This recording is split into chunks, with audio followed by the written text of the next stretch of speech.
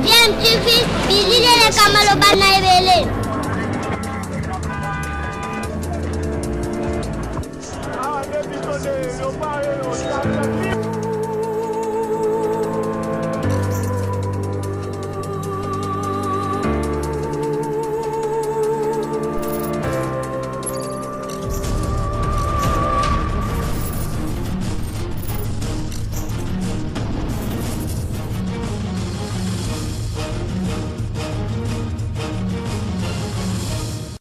Tu veux toujours un enfant.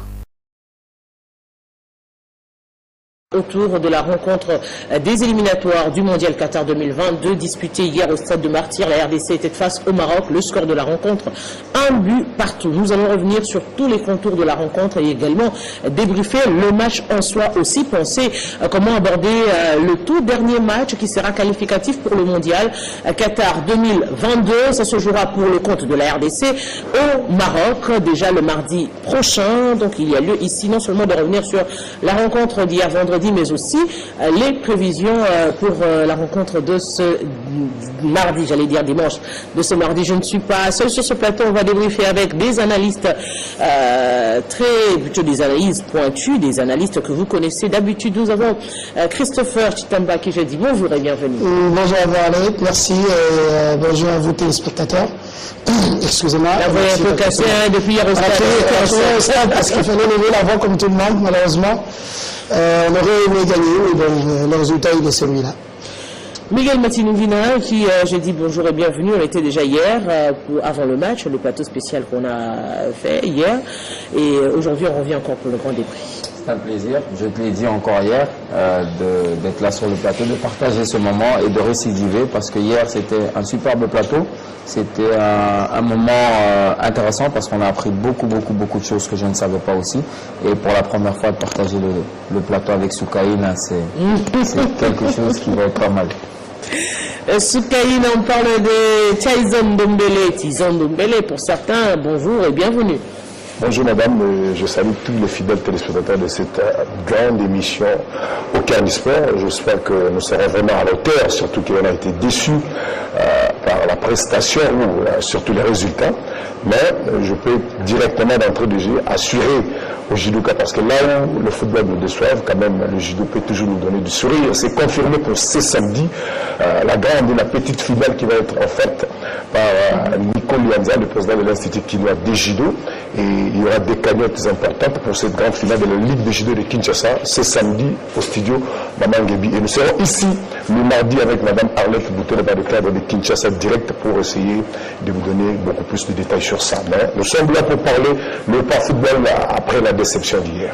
On va également recevoir à un moment à l'autre Jean de Dieu Mukendi et qui va nous rejoindre ici sur ce plateau. On va déjà commencer par la rencontre d'hier. Est-ce une surprise de ce résultat finalement, un but partout, on aurait pu mieux faire? Oui, bien sûr, on aurait pu mieux faire parce qu'on jouait à la maison. Je pense que le public était là. Je pense que ces garçons ont envie. Ils ont envie de bien faire, de bien prester. Mais on se rend compte qu'hier, ils ont joué contre une équipe assez solide. À mon avis, l'une des meilleures équipes d'Afrique à l'heure actuelle. Et je pense que tirer le Maroc n'était pas quelque chose avec laquelle on pouvait se réjouir, parce que on a bien vu une équipe solide, une équipe qui maîtrise les temps forts et les temps faibles, une équipe capable de jouer au football avec une très grosse qualité de football, une équipe qui sait faire mal à l'adversaire, copier le football de l'adversaire pour lui faire mal justement dans son jeu, et on se rend compte que le Maroc reste une équipe très solide, mais le coup aurait pu être mieux joué. Je pense que d'un côté, on a le coaching d'Hector Cooper qui n'a pas été à la hauteur hier.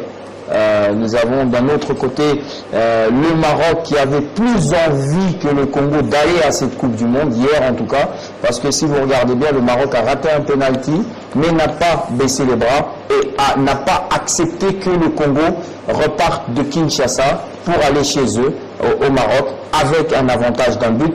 Ils ne voulaient absolument pas que ce scénario se produise et ils ont été jusqu'au bout de leurs efforts. Et je pense que quand on veut aller à la Coupe du Monde, on montre un autre visage dans les temps faibles. Ça veut dire que dans les temps faibles, on doit sentir une solidarité. Et je pense que pour le match retour, il est très important de faire jouer, je pense, Luindama et Tisserand dans l'axe et vraiment faire monter Chancel Mbemba, parce que des fois on a l'impression que c'est en défense qu'on a le plus besoin de lui et on se rend compte que dans un tel match on a vraiment besoin de Chancel Mbemba en 6 parce que celui de Watford et de Kayembe, c'est très bon à la relance, c'est de la classe, mais après en termes de reconversion défensive on se rend bien compte que le milieu de terrain est décousu, on se rend compte qu'il y a des espaces. Bastien est aux abonnés absents en reconversion défensive. Vous avez Akolo qui très souvent fait un peu n'importe quoi avec le ballon malgré qu'il a le niveau pour être dans cette équipe. Je pense que Wissa aurait dû commencer sur le banc parce que la vista, la fougue qu'il a et son insouciance, sa folie était très importante en deuxième mi-temps parce que les joueurs qui sont rentrés en deuxième mi-temps, je pense qu'ils se sont trompés de match hier, en tout cas. Et c'était pas le match, c'était pas un simple match, c'était une qualification pour la Coupe du Monde.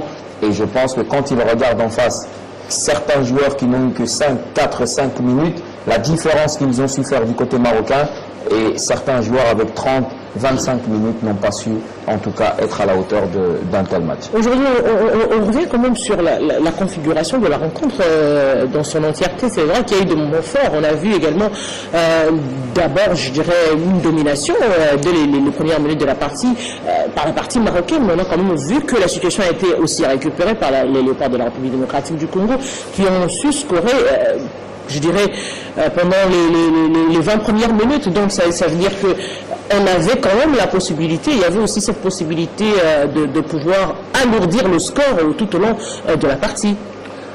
Madame Delors, de telles situations, avec un match important comme celui-là, lorsqu'on a des occasions pareilles, et ça pourra toujours être regretté plus tard. Donc dans quelques jours, on pourra commencer à revoir encore des images, la manière dont Moukoko Amale avait servi Dimarsi Mbokani, de la manière dont Moukoko Amale encore une fois avait servi Cédric Bakambu. C'était deux occasions à marquer et je ne sais pas d'où était venue cette déconcentration alors que Cédric Bakambu Dimarsi Mbokani, en tant que capitaine de l'équipe, il avait déjà lancé un message parce qu'il était ici à Kinshasa, ça fait plus de 10 jours que le capitaine était ici. J'avais senti en lui vraiment la volonté, le souci de faire un grand match, mais le terrain nous a dit autre chose.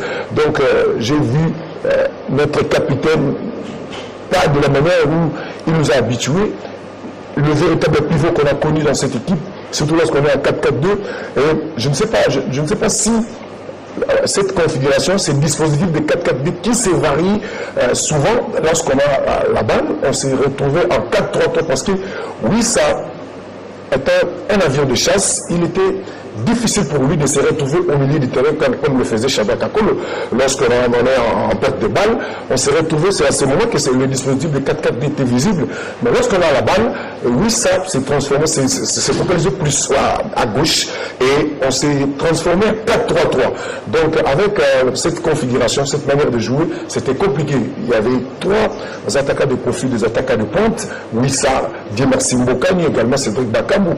Mais c'était vraiment de la déconcentration totale parce qu'on ne pouvait pas laisser toutes ces occasions partir comme ça. Et devant une équipe marocaine très très joueuse, malgré la ferveur, malgré la température qu'avaient les Congolais, on a senti les soucis. On a même dépassé les 25 000 places autorisées par la FIFA parce que tout le monde voulait être au stade pour vivre cet événement de très près.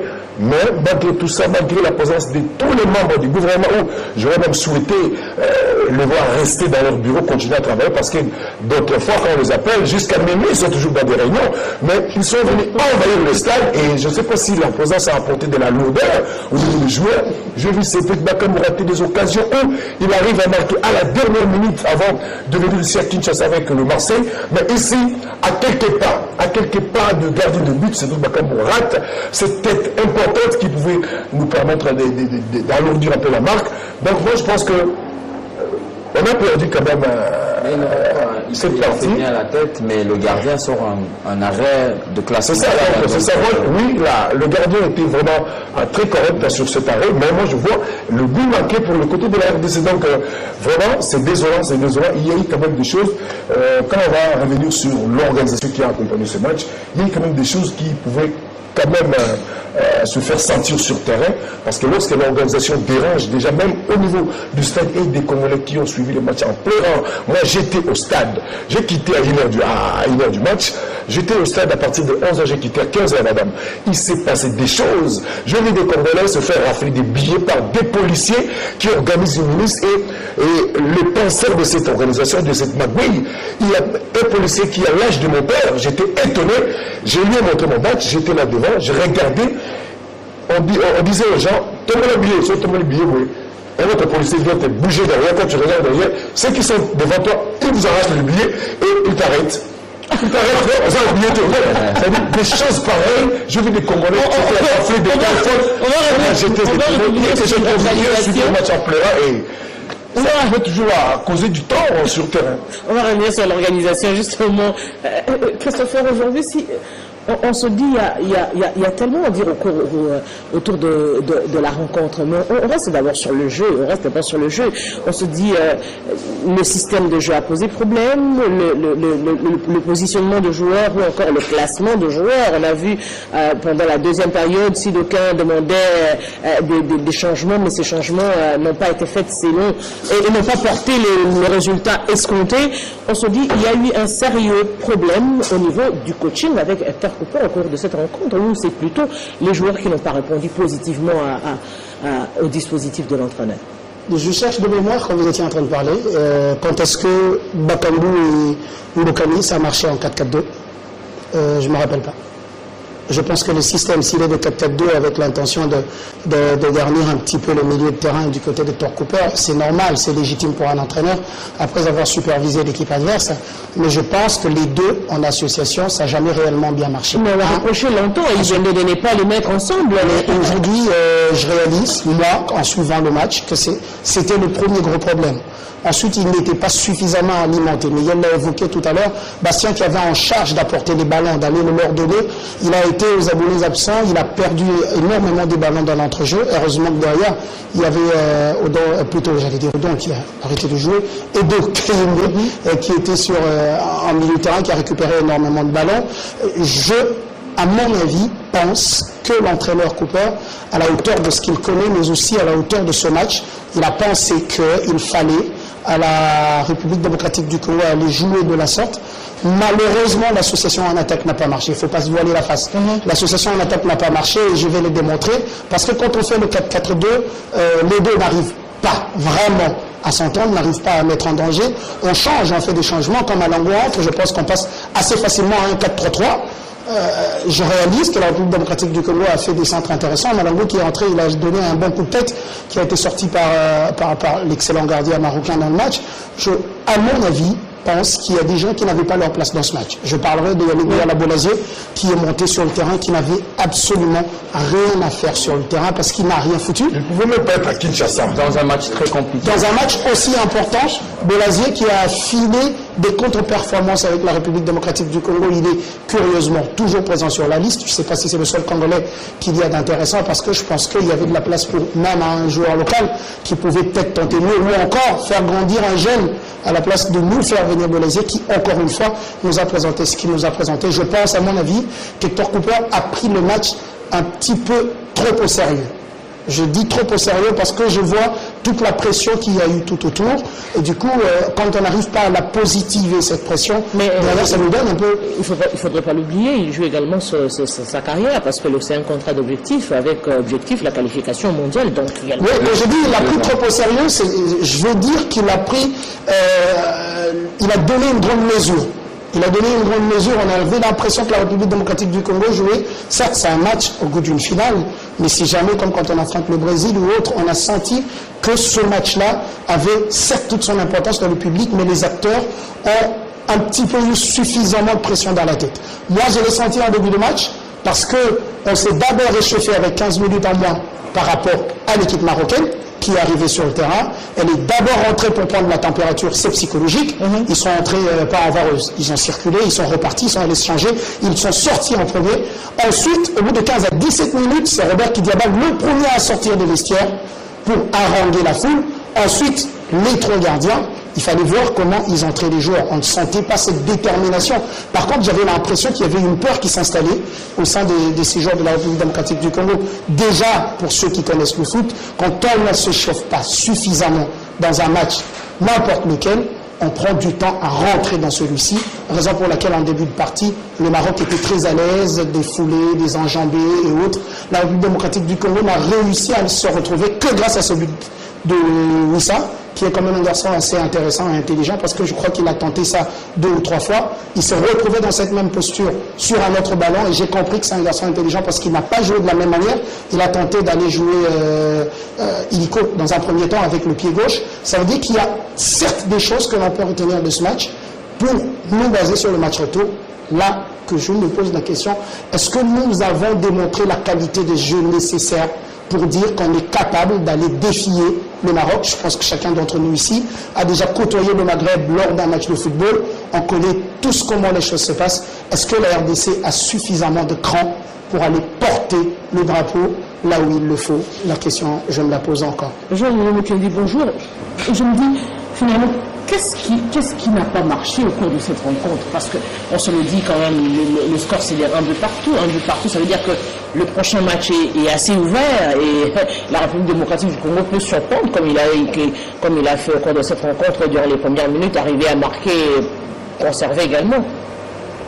Bon, qu'est-ce qui n'a pas marché? Bonjour Arlette, bonjour les amis. Je dirais qu'est-ce qui n'a pas marché, comme vous posez bien la question. Je dirais à mon humble avis que ça marchait comme on pouvait s'y attendre.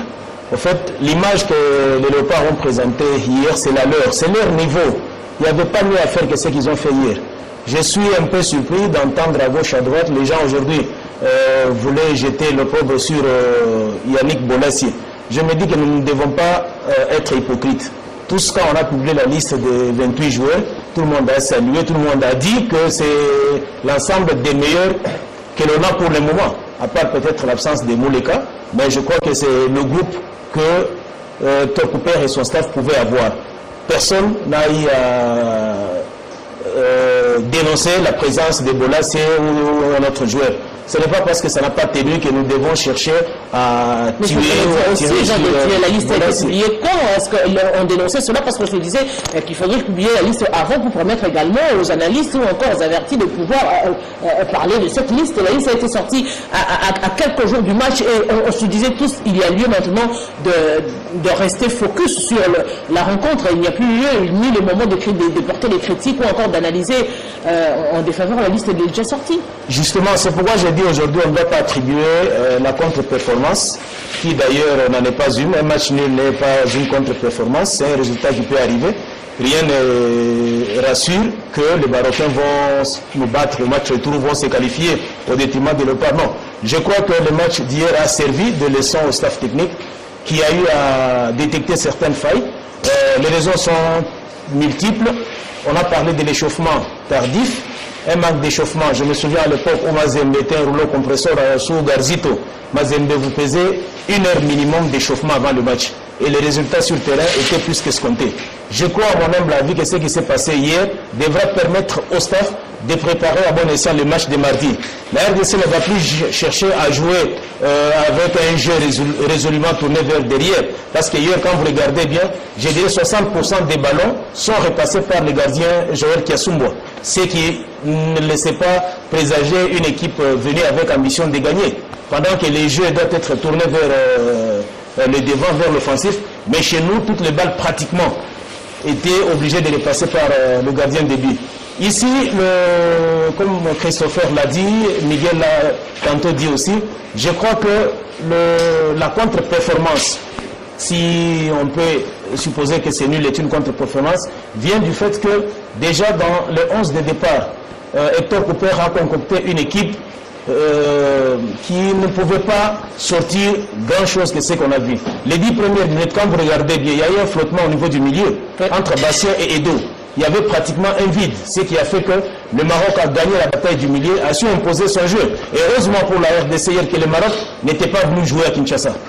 Le Maroc a bien cherché à procéder par des contres, d'une part, et d'autre part par du long ban. Ce qui fait qu'aujourd'hui, les gens peuvent croire que le latéral doit les pistons Hakimi a été bloqué par Ngonda. J'ai dit non, ce n'est pas ça. C'est que les gens n'ont pas fait une bonne lecture du jeu sorti par Walid Aïlozic. Il ne voulait pas attaquer, il ne voulait pas s'exposer. Il a préféré contenir les assauts congolais. Malheureusement, pour la République démocratique du Congo, quand on a marqué le but, tout le monde a péché, et les supporters dans les gradins, et même les joueurs sur le terrain ont cru qu'on était arrivé. On a eu des occasions qu'on a vendagées, mais dans l'ensemble, je crois que ce que la République démocratique du Congo a produit hier, c'est tout ce que les joueurs avaient dans leur trip. Il n'y avait pas mieux à espérer. Au match retour, les staffs techniques, Hector Cooper en particulier, a mené cette possibilité-là de lancer ses cartouches dès le départ. Ça ne sert à rien de faire jouer Bokani et Bakambu. C'était pratiquement parmi les flops d'hier. Akolo, flop, Ngonda. C'est pratiquement toute la moitié de l'équipe qui n'a pas tourné. Et vous voyez, quand vous avez une moitié qui ne tourne pas, donc la charge de l'équipe revient sur les épaules des autres. Les défenseurs ont souffert, surtout l'axe défensif. Ils ont eu beaucoup de problèmes. Mokoko Amale, bon, beaucoup ont apprécié, c'est un joueur qui est habitué à ranger la foule et autres. Mais moi je dirais que Mokoko Amale doit essayer de changer sa façon de jouer. C'est le joueur côté congolais qui a perdu beaucoup de ballons sur le terrain. En dehors de toutes ces aventures qu'il faisait, monter avec les ballons, faire du spectacle, non. Mais il doit savoir à quel moment chercher à centrer, à quel moment solliciter peut-être les 1-2, à quel moment essayer de jouer avec les milieux du terrain, même si là aussi il y a beaucoup à dire. On a manqué des joueurs à même de porter le ballon, de porter les dangers dans le camp adverse. On a essayé de jouer avec des passes directes, ça n'a pas réussi. Mais au match retour, il nous faudrait des joueurs à même de porter le ballon, de créer des fautes, parce qu'on a eu moins de fautes dans la surface marocaine. Mais je dirais, avoir des joueurs, c'est les joueurs que nous avons, nous connaissons déjà la liste.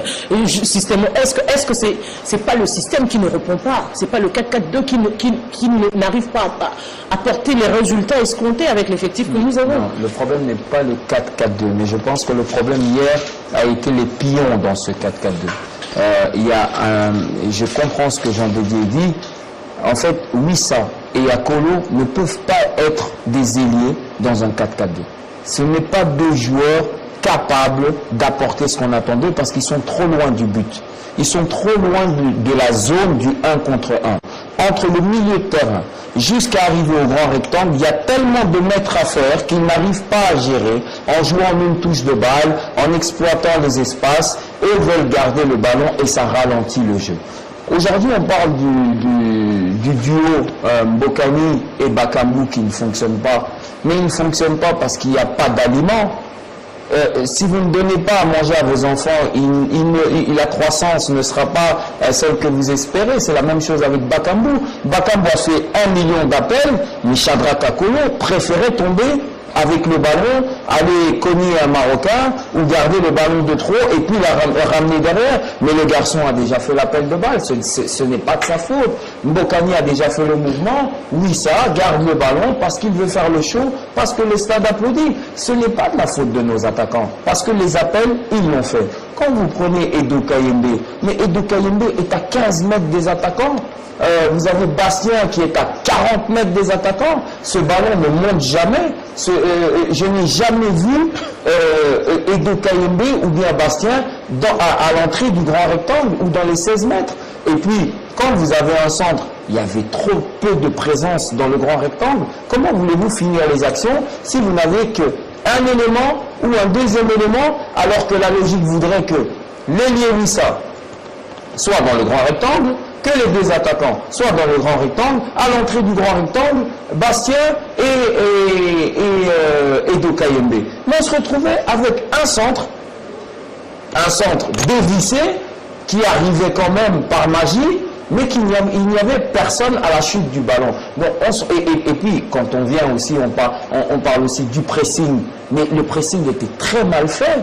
il n'y avait aucun pressing, on n'empêchait pas les Marocains de repartir de derrière, ou quand il y avait un semblant de pressing, ça laissait un trou derrière. J'ai vu Bastien faire un pressing, mais il y allait tout seul. Donc on se rend compte que c'est les pions qui n'étaient... Le 4-4-2 ne dérange pas vraiment, mais je pense que Wissa et Akolo, c'est bon pour un 4-3-3, mais pas pour un 4-4-2. Et en termes de choix de joueurs sur le terrain, je pense que je me demande où était Kakuta. Kakuta qui est capable de porter le ballon jusqu'à l'appel de l'attaquant qui va dans l'intervalle, qui est la force de Bakambu. Et je pense qu'aujourd'hui, évoluant dans le même championnat, ils se connaissent, ils s'apprécient. Et je sais que la sensation ou le sentir de Bakambu, de Kakuta, mais il est supérieur à tous les joueurs qui ont évolué au milieu du terrain. En reconversion défensive, c'était exécrable. Vous avez des joueurs qui marchaient sur le terrain. On ne va pas en Coupe du Monde en marchant, surtout pas contre le Maroc. Le Maroc m'a impressionné hier parce qu'on sentait des hommes sur le terrain, on sentait une envie d'aller à la Coupe du Monde, on sentait qu'on voulait faire mal à la RDC. Et à un certain moment, je pense que Hector Cooper avait du mal à recadrer ses joueurs, mais des joueurs un peu bornés. Et je pense que cette fois-ci, il va pouvoir réellement mettre les meilleurs sur le terrain.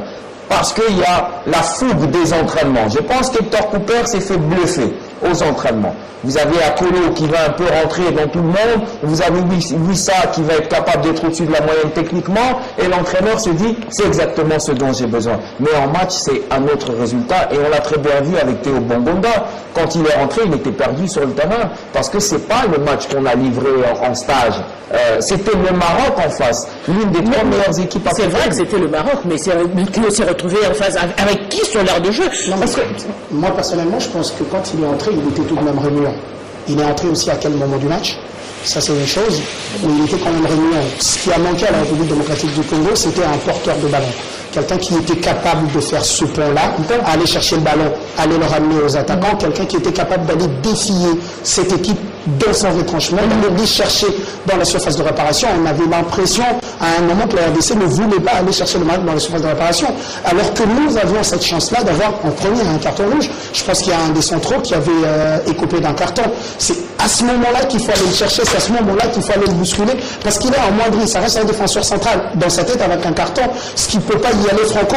À chaque instant, il se dit, je risquerais de commettre une erreur, je risquerais de laisser l'équipe numériquement inférieure. Donc du coup, c'était un coup à jouer pour la République démocratique du Congo. Bakambu est un attaquant de classe mondiale, ça, on est d'accord.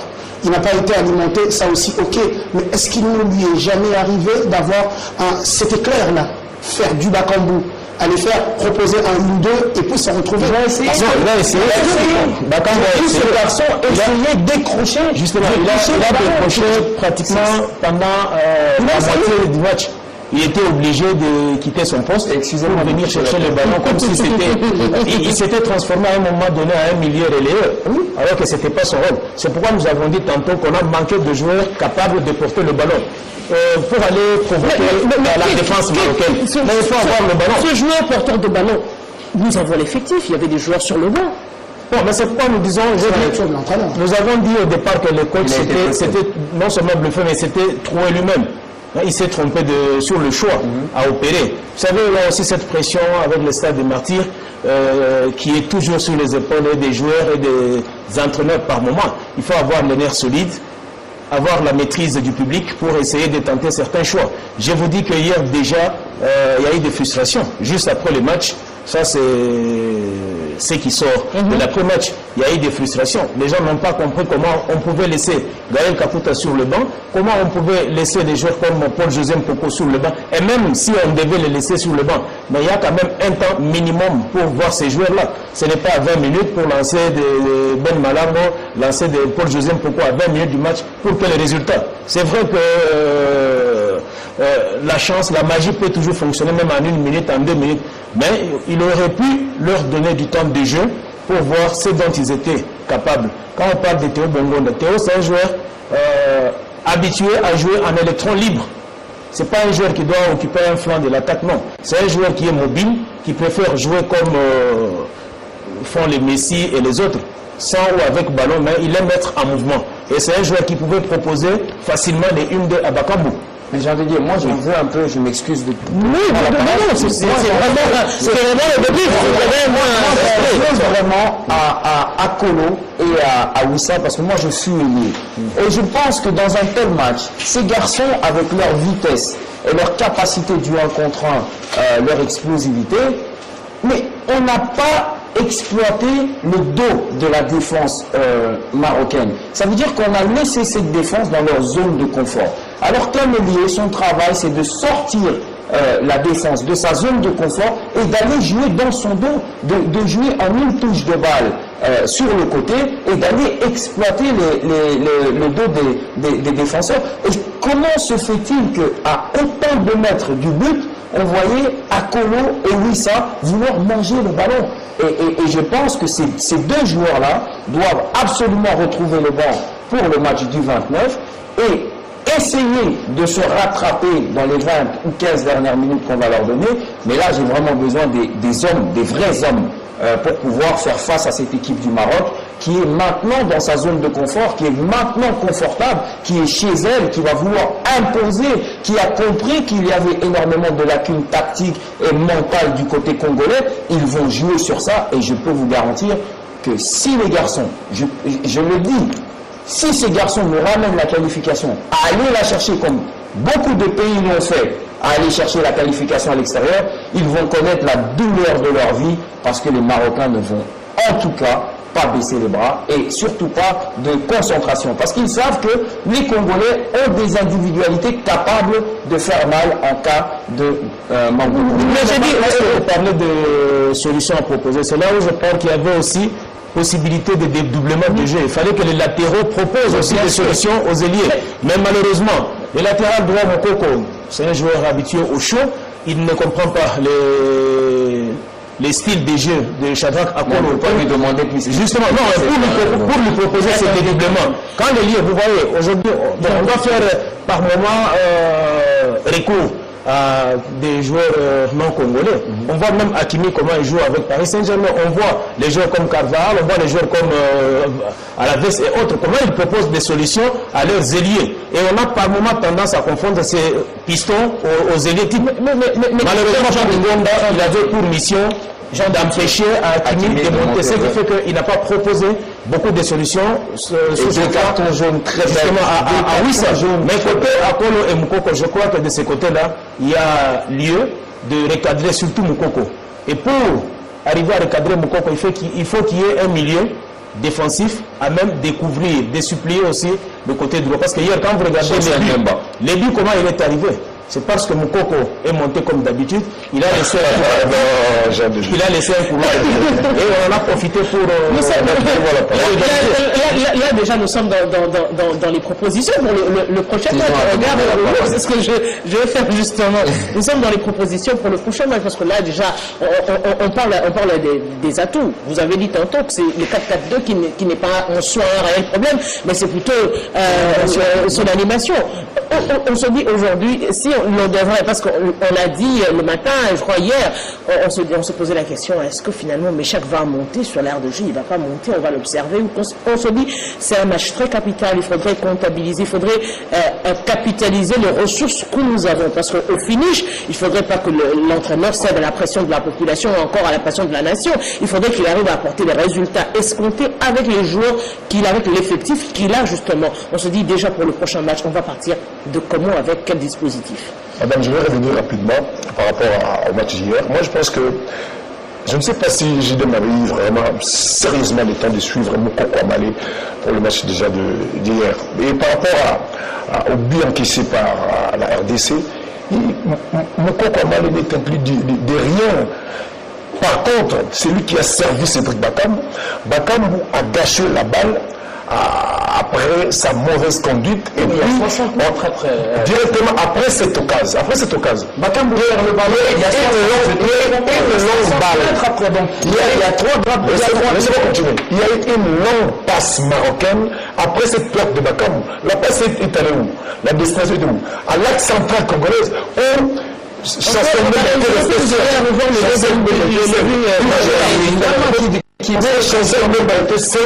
Et l'attaquant de pointe marocain était très intelligent. Il n'a pas voulu récupérer la balle. Il a juste déposé sur son coéquipier et l'a frappé de très belle manière. C'était comme ça le but.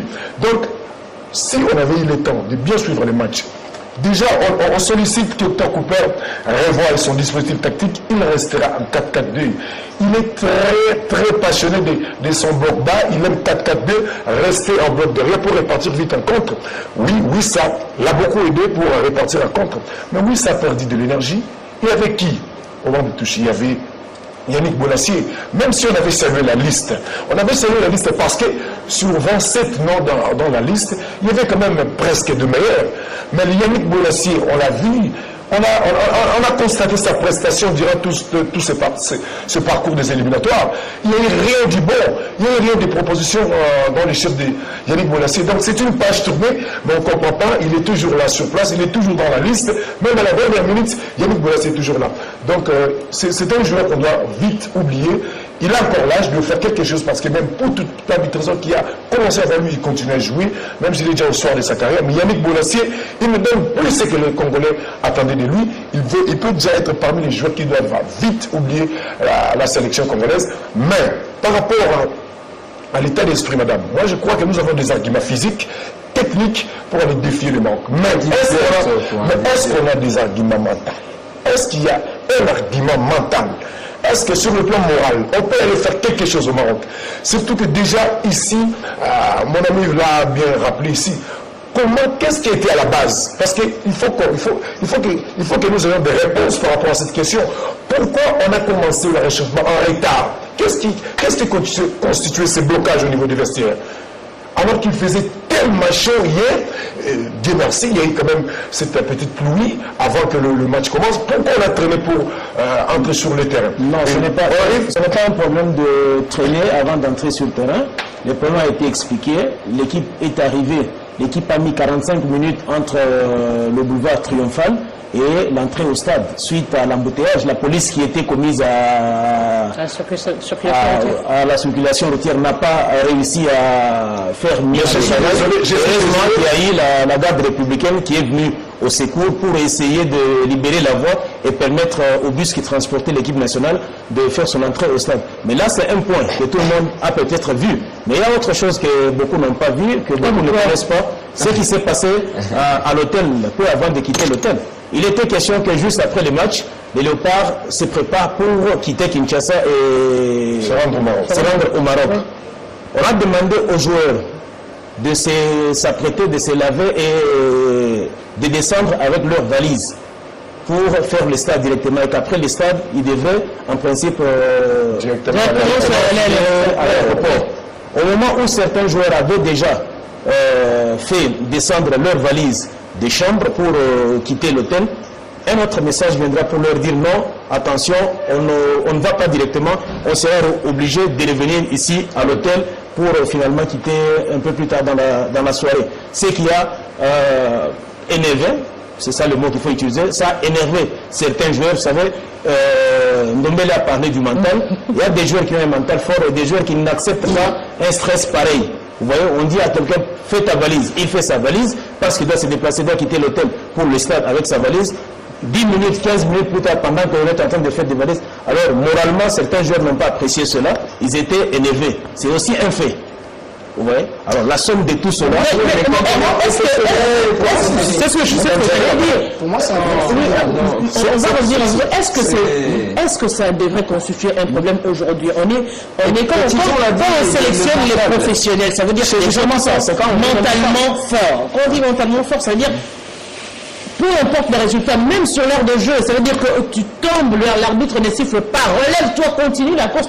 Est-ce que ces problèmes autour peuvent constituer un réel problème? Je ne vois nullement où cela peut être un problème.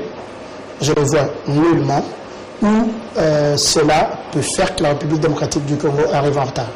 Je pense que quand il y a un match, il y a une heure H à laquelle l'équipe doit arriver. On joue à domicile. On joue à la maison, on est chez nous. Et on a commencé la présence d'un seul joueur redonne confiance à ce public. Et on se tape le luxe de prendre 45 minutes de retard. C'est 3 quarts d'heure, c'est une mi-temps. Et quand on arrive, je l'évoque encore, quand on arrive, il faut voir l'attitude. Il faut voir l'attitude des joueurs de la République démocratique du Congo. On ne vient pas au front avec l'attitude d'un prêtre. Quand on va au front, on sait que ça va tirer de toutes parts, on a le moral qu'il faut, on est armé, on a ce qu'il faut faire. Je pense qu'on a fait tout ce qu'il y avait tout autour du terrain. Je crois que ça incombait aux joueurs, à part les discours, les beaux discours, de réellement s'approprier cet instant. Mais est-ce que nous avons réellement des joueurs porteurs de match? Oui, je pense que oui. Je pense que oui, parce que quand je vois, oui, ça, certes, il a gaspillé les ballons, mais je vois en lui un garçon qui avait envie de proposer plus. Un garçon qui avait envie de donner quelque chose. Ça se sent, ça s'est senti dans sa façon de faire. On a vu le ras-le-bol, par exemple, de Bakambu qui, à un moment, a râlé parce qu'il n'y avait pas de ballon qui arrivait. J'ai vu sur une des actions manquées de Wissa, là encore une fois, il a été égoïste. J'ai vu Mbokani sur le pas de penalty. Mais après, il lui demande, il avait donné à Bakambu alors que Mbokani était mieux placé. Ça reste un grand par moment. Il prend des risques. Le problème avec lui, il avait tellement cette volonté de confirmer ici. Il signait sa première sélection. Il voulait à tout prix confirmer. Voilà pourquoi par moment il était devenu un risque. Mais pour lui, pas pour la RDC. Et ça, c'est un problème. C'est un problème mental parce que demain, un match important où, au-delà des individualités, on devrait miser sur les collectifs. Si tu es empêché, tu es mal positionné, tu peux voir l'autre. C'est la revient. Depuis, il a marqué, oui, certes, mais il y a eu des occasions qui sont parties de lui et pouvaient servir de l'autre côté. Il y avait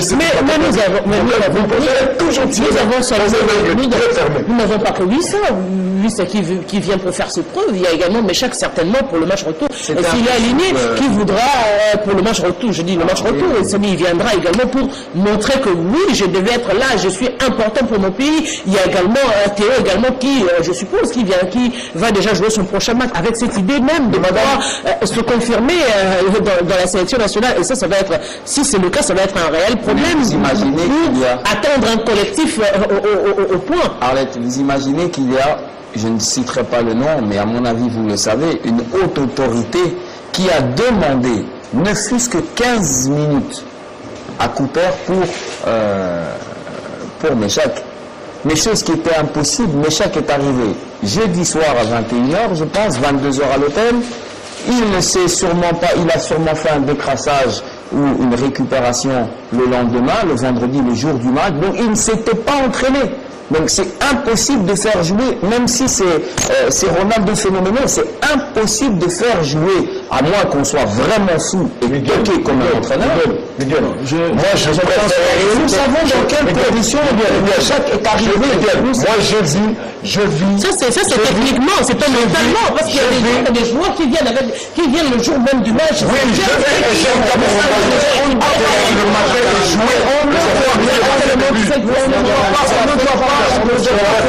qui atterrit le matin et jouer les apprendre que nous donnait Bolasie. Parce que la fédération a dragué Elia Méchac. Ça fait combien de mois que Elia Méchac n'a pas remis la tunique de la République démocratique du Congo? Combien de ces jeunes joueurs sur le terrain et combien de ces joueurs ont déjà joué 5 minutes avec Elia Méchac? Je parle de 5 minutes. Que ce soit en amical, que ce soit 5 minutes pour s'amuser, que ce soit à l'hôtel pendant 5 minutes. Il y en a combien qui ont joué avec Elia Méchac? Ce serait un risque inutile d'aller le mettre sur le terrain. Ce serait quasiment, vous allez me passer le terme, je vais choquer, ce serait quasiment inintelligent d'aller chercher. Je dis inintelligent parce que ça va enterrer le joueur. Il arrive avec l'idée, c'est le héros en fait. Il arrive avec sa carte. C'est Superman qui arrive avec sa carte. Il se serait fracassé, il allait manquer le coach, c'est très sûr. Parce que vous tapez 8-9 heures de vol, c'est pas la joie. Se reposer autant avec des crassages, c'est pas suffisant. Il y a la pression qui vient avec, 45 minutes d'embouteillage, il y a la pression qui vient avec. aller le mettre sur le terrain, c'est quasiment annihiler le chasse-retour de la République démocratique du Congo. Qu'ils prennent le temps de jouer avec cela, qu'ils s'intègrent un petit peu, qu'ils connaissent combien ils jouent. Superviser une équipe, c'est pas les affronter. Sinon, ce serait... si je dois suivre la conclusion de Christopher, c'est que même les matchs aller, match retour, il ne doit pas jouer. Il n'y a pas 4 jours d'entraînement parce que déjà, il n'y a pas eu de classage. Il était question que l'équipe voyage hier soir pour maximiser les champs. Le temps plus tôt, mais jusqu'au moment où nous parlons, l'équipe est encore à Kinshasa. Mais pourquoi voyager à 16h? On va attendre de faire le passage et passer les passés. On a joué à 13h, on est reparti à 17h. Oui. Malheureusement, le programme tel que prévu, il était question que l'équipe se déplace dans la nuit pour Casablanca. Mais là n'est pas le problème. Ici, nous parlons de Meshak Elia. C'est de l'intégration. Je crois que les avis seront toujours partagés. Je ne suis pas contre vos argumentaires. Vous avez pleinement raison. Mais là aussi, nous disons que Meshak était important. En fait, ce n'est pas de lui donner une quelconque responsabilité, mais pour permettre à ces joueurs de renouer avec ce public. Ça faisait longtemps que le public attendait Meshak. Ça faisait longtemps qu'on a courtisé Meshak, et au niveau de la fédération, et au niveau même des supporters et autres. Je serais d'accord si vous me dites par exemple que la présence de Meshak Elia allait créer une fissure au sein du groupe, parce qu'on s'est dit, comment nous qui sommes là, on n'a pas eu la confiance. On n'a pas un héros. Ah non,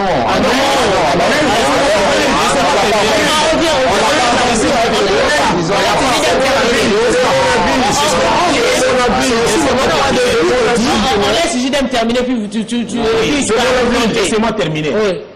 Il y aurait eu fissure au sein du groupe si peut-être on lui avait donné cette chance-là de jouer et autres. Mais parce que Kakuta, qui méritait, qui s'est entraîné avec les autres, n'a pas eu cette chance-là de jouer, pourquoi ne pas retenir Meshak parmi ceux-là qui étaient retenus pour le match? C'est là aussi le problème. Ici, le problème, ce n'était pas d'attendre, parce que Bongonda est entré. Est-ce que Cooper Bongonda est entré? Bongonda est entré. Est-ce que le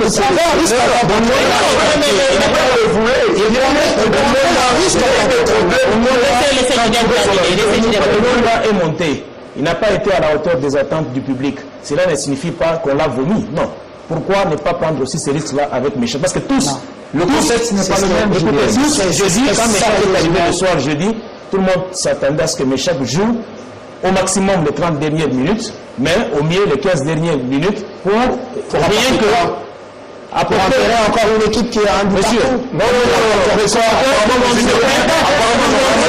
tout le monde s'est plaint de vous abordez la question de Meshak. Apparemment, vous ignorez les qualités de ces j'ai eu ce garçon chez Don Bosco, ensuite chez Mazembe. Le Meshak de Don Bosco. Je mange le Meshak de Young Boy. Qui a beaucoup grandi. Vous l'avez pas beaucoup à ce niveau-là. Non, je veux dire, j'ai connu Meshak à Kinkole. Voilà, ça veut dire, j'ai connu Meshak à Kinkole. J'ai connu Meshak à Kinkole.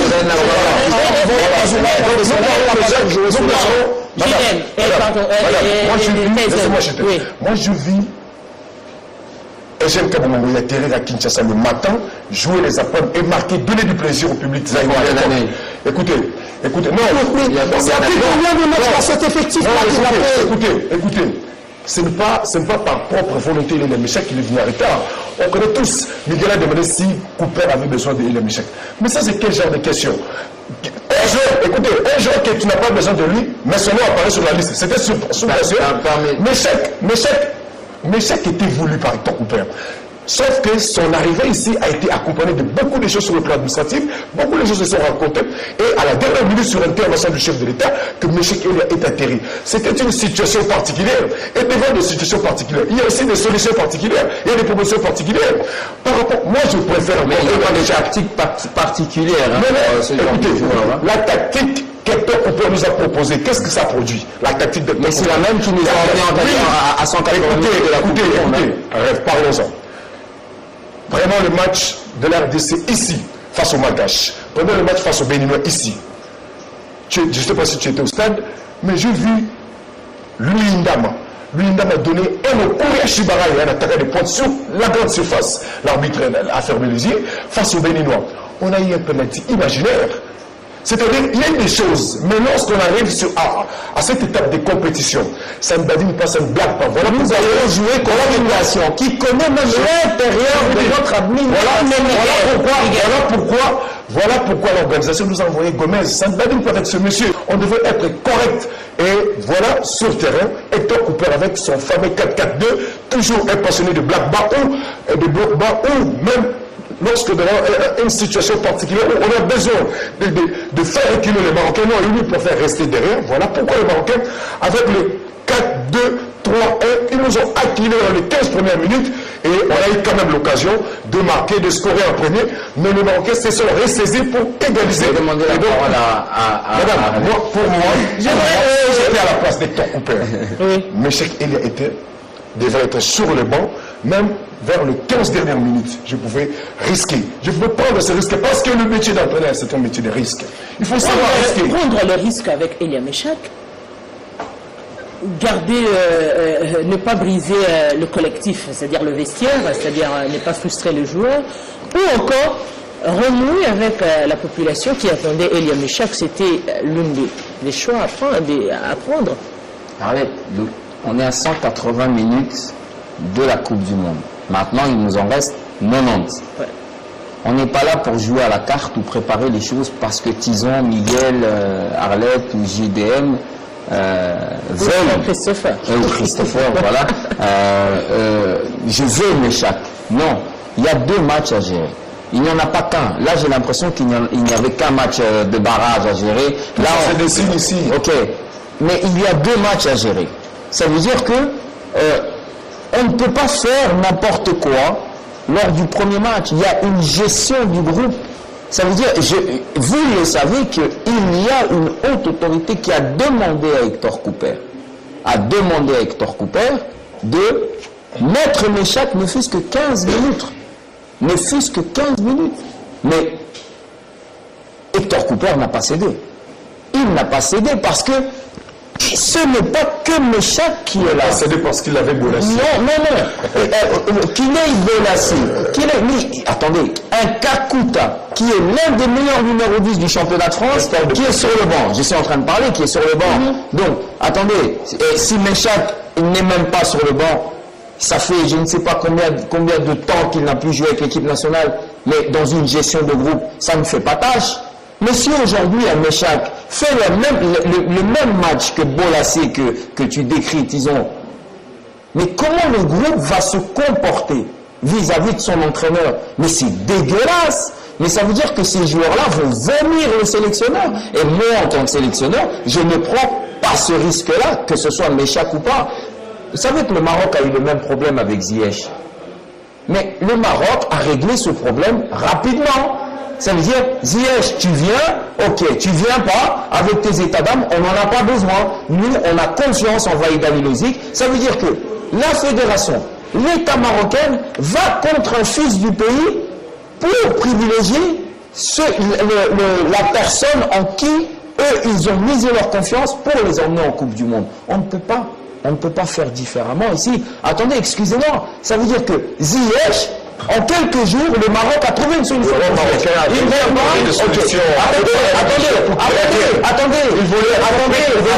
Avant ce match, c'est Ziyech qui a résisté.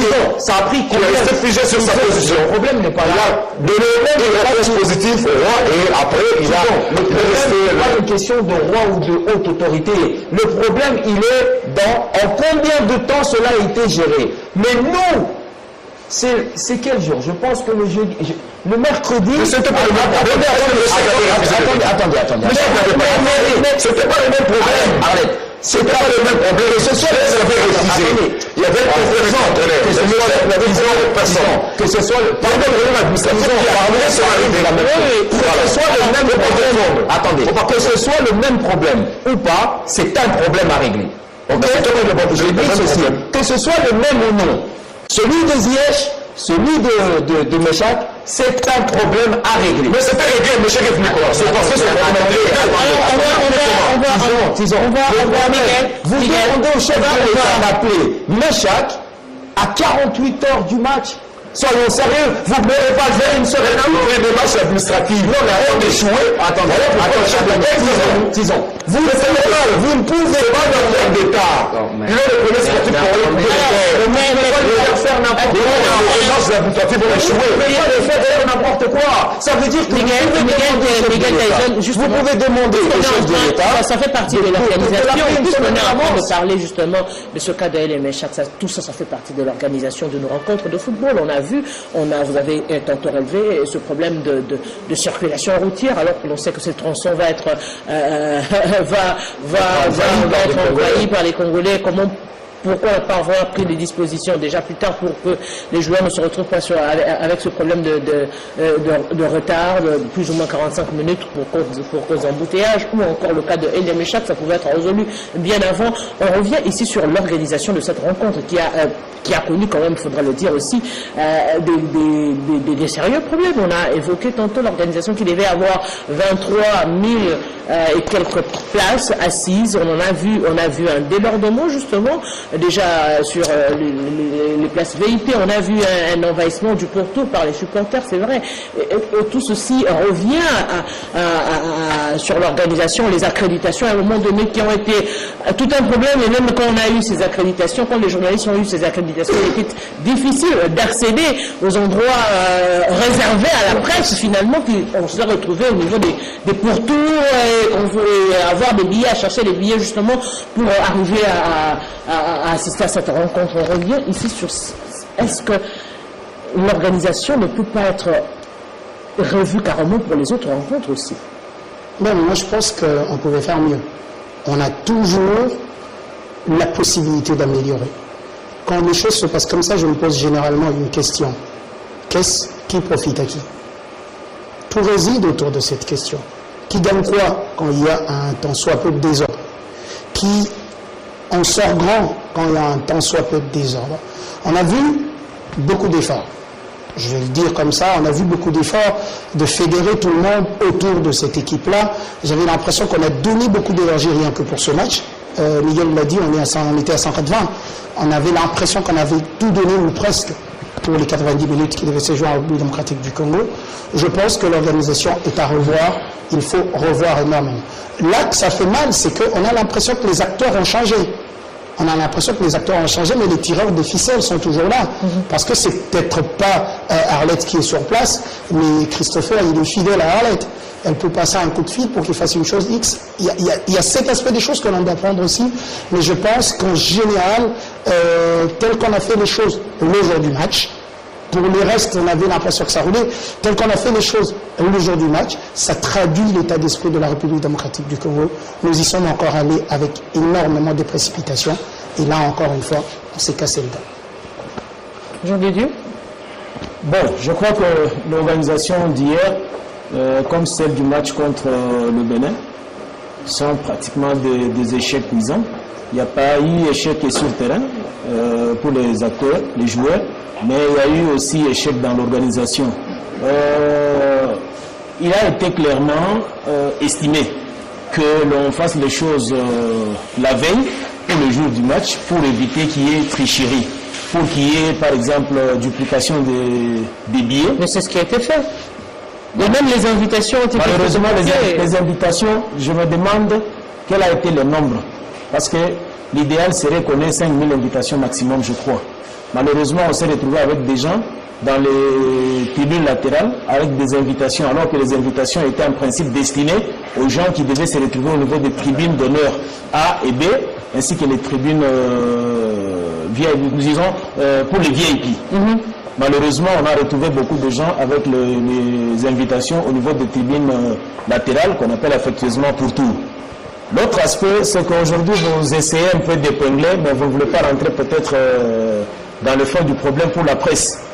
J'avais posé la question lors de la première réunion du comité d'organisation. On avait arrêté le nombre de gens qui devaient être au stade, le nombre de billets qui devaient être imprimés ou mis en vente. On avait fait tous ces calculs-là et j'avais posé le problème. Les journalistes ne seront pas concernés par ce problème des billets, ni non plus d'invitation.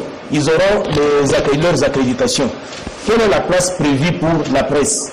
la réponse à cette question ne m'avait pas été donnée. J'avais même suggéré, j'avais proposé, y a-t-il pas moyen de fabriquer de manière rapide des bancs ou des banquettes sous forme de ceux qu'on retrouve dans la tribune de presse du stade Mazembe Mbumbashi, placés au-dessus. Comme il n'y aura pas de supporters au-dessus, si on peut rapidement placer 200-300 chaises pour la presse locale et même presse marocaine. On m'avait dit oui, tu as raison, il y a même d'ailleurs du temps, on peut encore 4-5 jours, on pouvait faire ce travail. Mais rien n'a été fait. Ce qui fait que hier, les journalistes se sont retrouvés au stade avec des accréditations et on bousculait même les journalistes. Oui. J'ai vu une image de Kevin Lambé de la RTNC2 qui a filmé expressément une image. Et dans cette image-là, on voit comment le directeur technique national, Médard Moussadoussou, comment le directeur technique national adjoint, Joseph Moukéremoula, a été bousculé à l'entrée du stade. Parce que, comment il avait pas été bousculé? Parce que dans l'organisation, la police commis à ce travail-là, ou encore le GR, la garde républicaine, qui ne connaissent ni les journalistes sportifs, ni les entraîneurs, ni le directeur technique en vue. Donc il ne peut pas avoir vu, parce que nous avons référé à ce moment encore avoir le réflexe, par exemple, de voir les badges pour reconnaître les gens, parce que déjà, on le sait, quand on va assister à des rencontres, une fois que vous avez votre badge, les services commis à la sécurité du stade savent déjà distinguer les gens par rapport au badge. Ils savent que ça c'est le badge des organisateurs, ça c'est les badges de la presse, ça c'est les badges du staff technique. Donc chacun est respecté selon les badges qu'il a. Alors qu'ici il y a eu un fourre-tout quand même. Et je vous dis encore, les journalistes, ce qui s'est passé hier soir, c'était quoi? Les gens entraient avec leurs billets entiers au stade, mais il y a eu l'opération taxi. Exactement. J'ai vu quelqu'un revendre 10 billets, il vient, il les récupère à 2000 francs, à l'intérieur, il sort pour aller revendre ça à 5000, à 10 000, parce qu'il y avait des gens qui étaient incapables d'acheter un billet à 10 $. Bref, l'organisation était complètement ratée. Au niveau des amis de la présidence, même si la présidence a récupéré la chose comme toujours, mais il y avait lieu de faire mieux les choses. Hier, j'ai vu les gens pleurnicher au niveau de la FECOFA. Les gens qui étaient venus, qui étaient accrédités, photographiés même, mais pour récupérer leur badge, c'était devenu un problème. Pourquoi? C'est parce qu'on a fait les choses à la hâte. On a fait les choses le même jour. Ce n'est pas tard. D'ici le mois de juin, nous aurons encore des échéances importantes pour la République démocratique du Congo. Les erreurs d'hier doivent nous aider aujourd'hui à préparer demain. Je veux des badges de staff médical assis avec nous dans la tribune. Madame, moi, j'étais arrivé au stade à 11h. S'il vous plaît, la réalisation, aidez-nous quand même. C'est un grand débrief. Si on peut prendre quelques minutes, s'il vous plaît. C'est-à-dire, j'avais pas envie de suivre ce match au stade, mais j'étais venu pour constater, parce qu'il y a eu des choses à la Fédération royale marocaine de football, il y avait tendance déjà de lui taxer qu'ils n'étaient pas bien accueillis ici. J'étais venu, je suis allé là où les Marocains étaient installés, ils étaient très calmes. J'ai salué même l'hospitalité des Congolais sur ce point, juste même à l'entrée, j'ai vu des Congolais en train de sourire avec des Marocains, de jouer ensemble, faire des photos. C'était le seul point positif que j'avais constaté. Mais comment cette attitude des Congolais vis-à-vis des Marocains, oui, c'était alloué, mais une attitude négative, très négative vis-à-vis de nous-mêmes. Je vis combien, je viens de le rappeler ici, combien de policiers mettaient des intelligences en place pour essayer d'arracher des billets aux supporters qui entraient. J'ai vu des gens se faire arracher des téléphones. Donc ce sont des choses devant moi.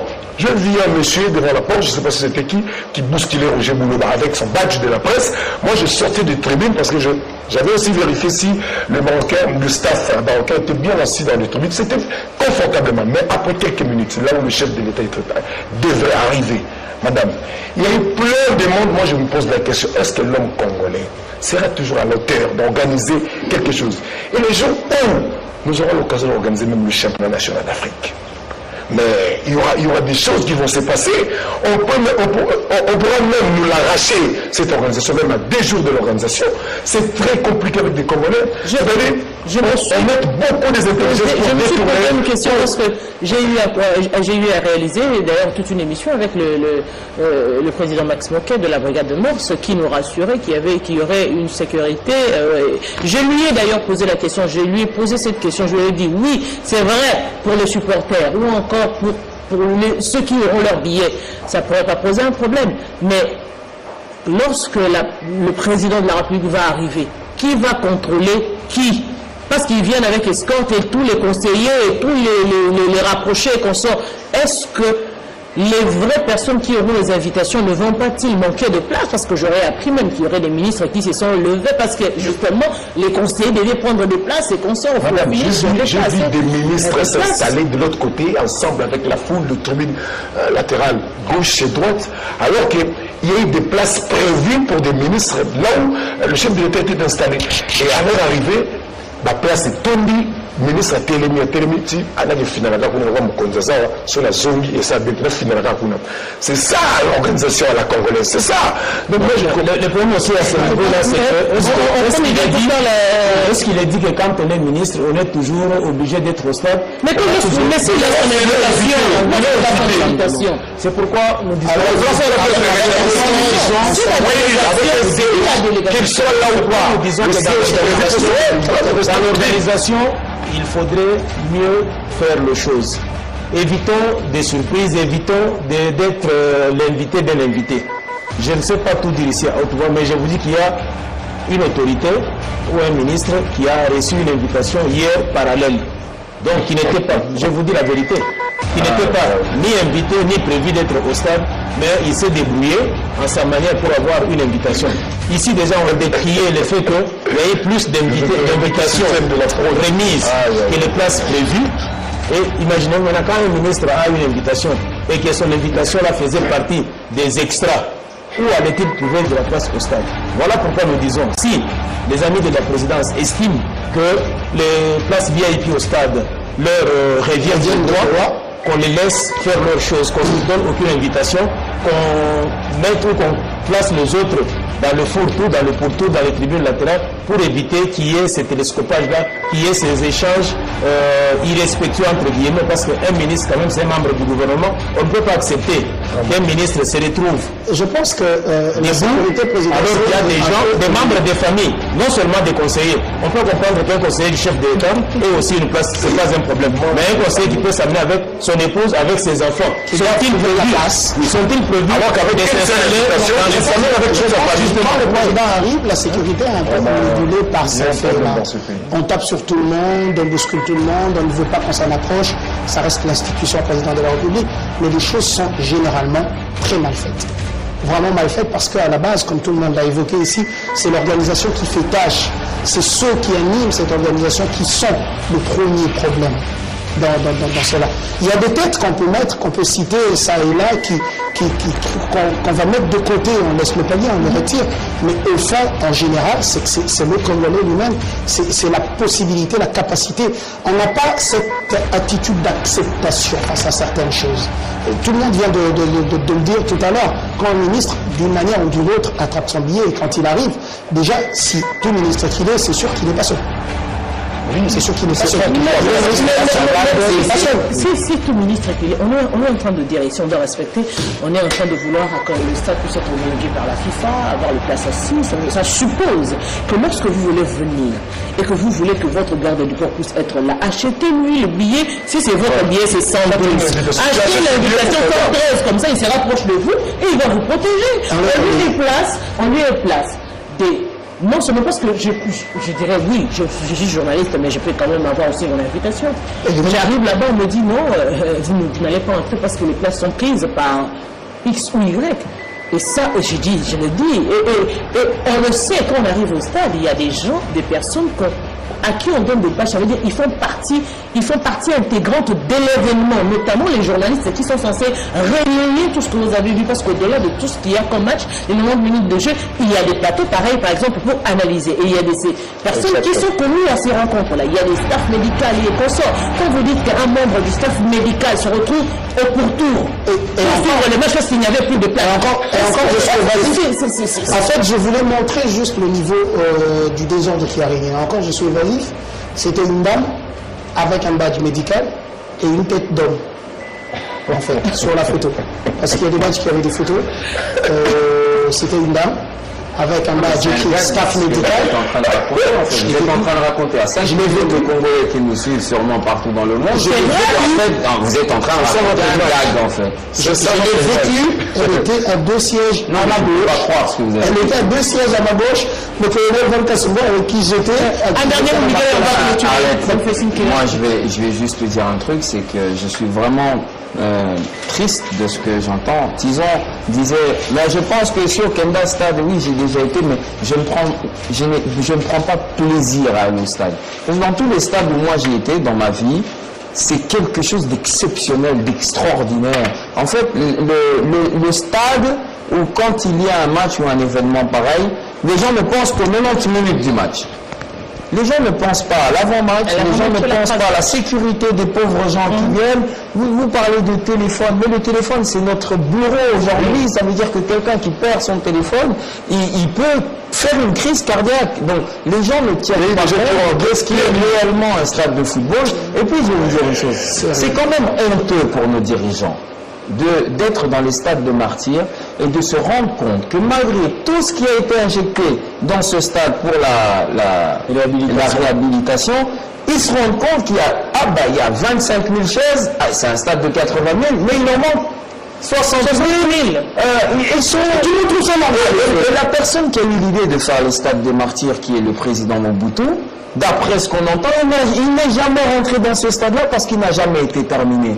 Quand on prend quand même plaisir à faire venir le chef de l'État dans un stade où lui-même, il a à cœur que ce stade soit terminé et qu'on a des ministres qui sont passés et que ce stade n'est jamais terminé, je ne vois pas comment tu pourrais prendre plaisir à être dans un stade qui est à moitié nul, parce que le stade, il y en a qui disent le stade c'est encore un chantier, on le sent. Et il y a une chose qui me rend vraiment triste, c'est le traitement qu'on donne aux journalistes congolais. Excusez-moi, mais à plusieurs reprises, quand je table là-dessus, j'ai des journalistes qui se mettent contre moi, et même dans les forums.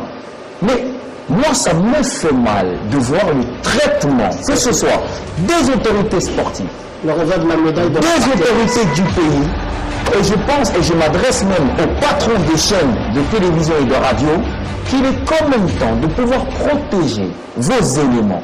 Parce qu'on a l'impression que les patrons des chaînes de télé ou de radio sont confortables dans leur fauteuil et le travail il est fait, mais sous quelles conditions?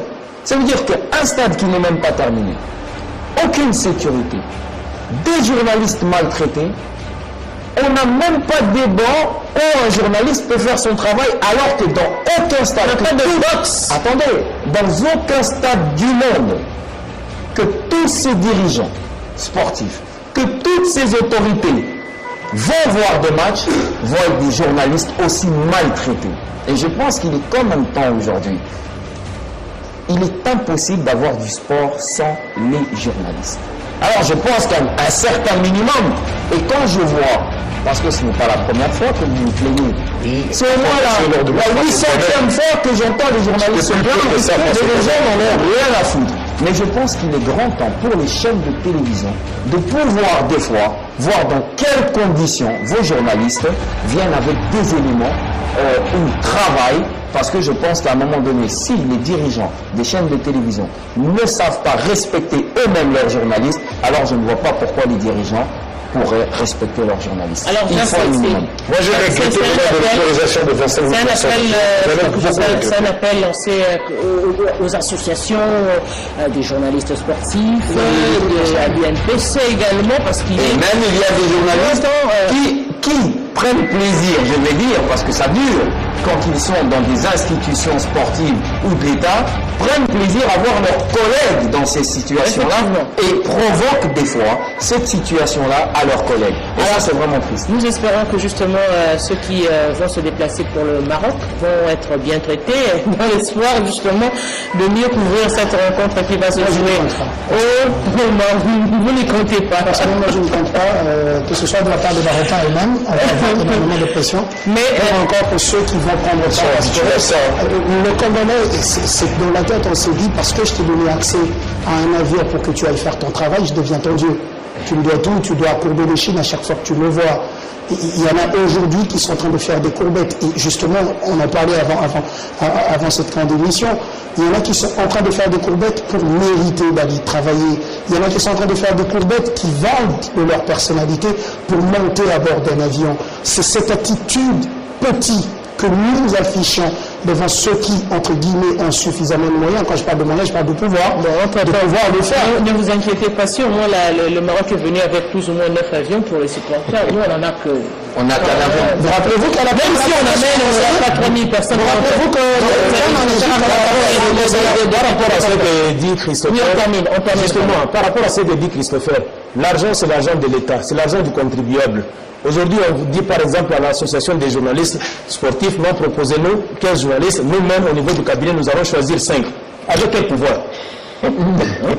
L'association, la structure qui regroupe ou qui organise les activités des journalistes sportifs désigne ses délégués. C'est simplement. Et arrivé au niveau du cabinet du ministère de Sport et Loisirs, il y a des conseillers qui sont plus puissants que la structure elle-même qui vous disent, vous nous avez proposé 10 noms sur les 10 là, il y a 5 avec qui on ne s'entend pas, 5 qui critiquent. Voilà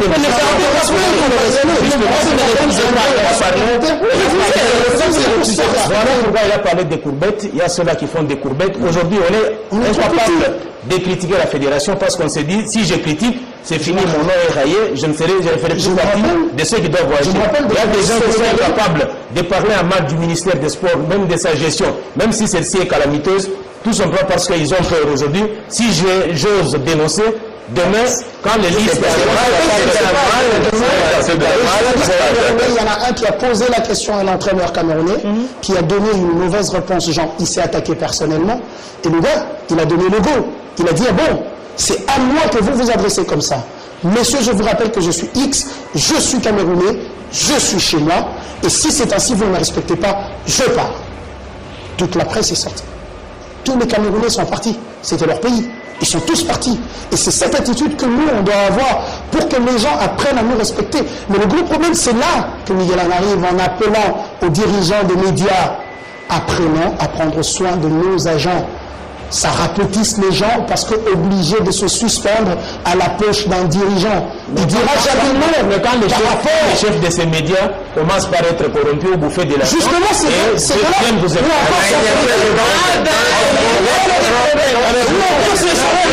Un invité qui doit passer sur le plateau comme nous sommes là. C'est le chef qui vous appelle, qui perçoit l'enveloppe, qui met dans sa poche. Il dit, bon, vous allez être avec les sociaux à faire. De médias qui n'est pas journaliste, qui n'a pas même il a fait son déclaration, ça revient à l'État, aux États généraux de la presse. Malheureusement, la presse sportive aussi n'a pas été associée. Je dis grand merci à Christopher. Grand merci à Jean de Dieu, grand merci à Miguel Matino-Guina et grand merci à Tyson Dombele. C'était un grand plaisir dans l'espoir justement de mieux faire la prochaine fois, c'est-à-dire le mardi prochain, la Léopard de la République démocratique du Congo qui joueront le Maroc. Nous espérons arracher une victoire. Pourquoi pas revenir déjà le samedi prochain pour débriefer de ce que sera soit la qualification au mondial, soit on va rester chez nous. Grand merci. Je m'invite déjà samedi.